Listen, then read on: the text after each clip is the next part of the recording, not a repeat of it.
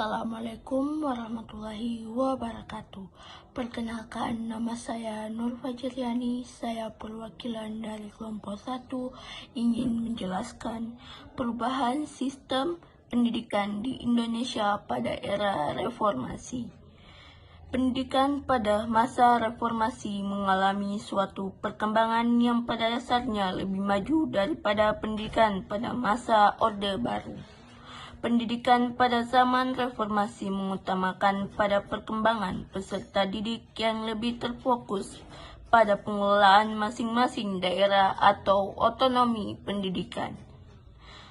Dalam hal tenaga kependidikan diperlukan suatu kualifikasi profesional untuk lebih meningkatkan mutu pendidikan Indonesia.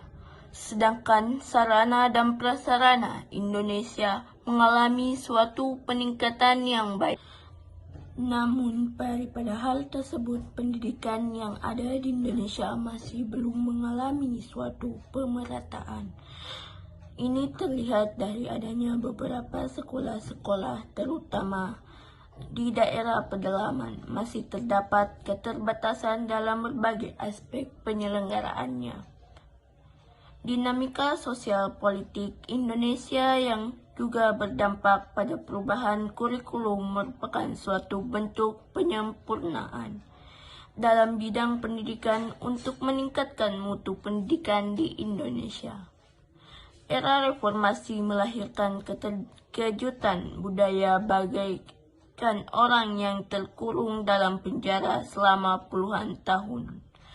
Kemudian, melihat tembok penjara runtuh, mereka semua keluar mendapati pemandangan yang sangat berbeda, kebebasan dan keterbukaan yang nyaris tak terbatas. Suasana psikologis euforia itu membuat masyarakat tidak bisa berpikir jernih menurut hak tapi lupa kewajiban, mengkritik tetapi tidak mampu menawarkan solusi. Selain itu, pemberdayaan guru dan dosen perlu dilakukan pula melalui pemberian kesempatan dan dorongan bagi mereka untuk selalu belajar, menambah ilmu.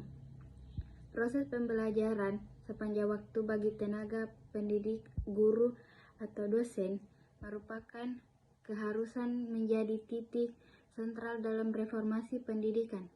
Selain itu, perkembangan pendidikan di era reformasi terjadi karena ada kebijakan pemerintah untuk meningkatkan mutu pendidikan dan kebijakan-kebijakan yang diambil pemerintah diantaranya. Nama saya Ardiansa, perwakilan dari kelompok 1.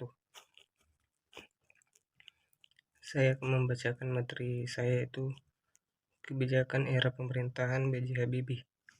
Pemerintahan B.J. Habibie mulai 1999 membebaskan SPP untuk SD hingga SMTA. Selain itu, pemerintah juga memberikan beasiswa SD kepada 1,16 juta siswa asosial untuk SMTA dan perguruan tinggi akan ditentukan kemudian. Mengenai informasi kehidupan kampus, kebijakan NKK BKK di zaman Orde Baru oleh pemerintahan B.J. Habibie ditinjau kembali dan bahkan aturan-aturan yang menghambat kreativitas dan kebebasan mahasiswa disebut lembaga ilmiah seperti kampus perguruan tinggi dibebaskan dari intervensi dan pengaruh luar.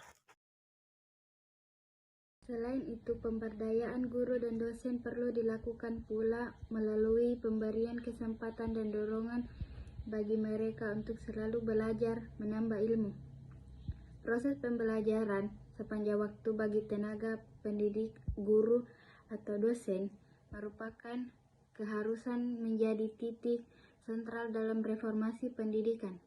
Selain itu, perkembangan pendidikan di era reformasi terjadi karena ada kebijakan pemerintah untuk meningkatkan mutu pendidikan dan kebijakan-kebijakan yang diambil pemerintah diantaranya. Nama saya Ardiansa, perwakilan dari kelompok 1. Saya akan membacakan materi saya, itu kebijakan era pemerintahan B.J. Habibie.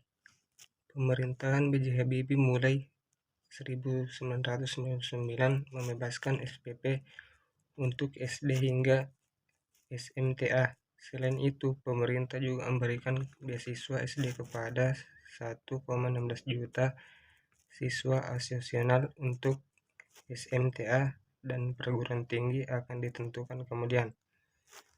Mengenai informasi kehidupan kampus, kebijakan NKK BKK di zaman Orde Baru oleh pemerintahan B.J. Habibie ditinjau kembali dan bahkan aturan-aturan yang menghambat kreativitas dan kebebasan mahasiswa disebut lembaga ilmiah seperti kampus perguruan tinggi dibebaskan dari intervensi dan pengaruh luar.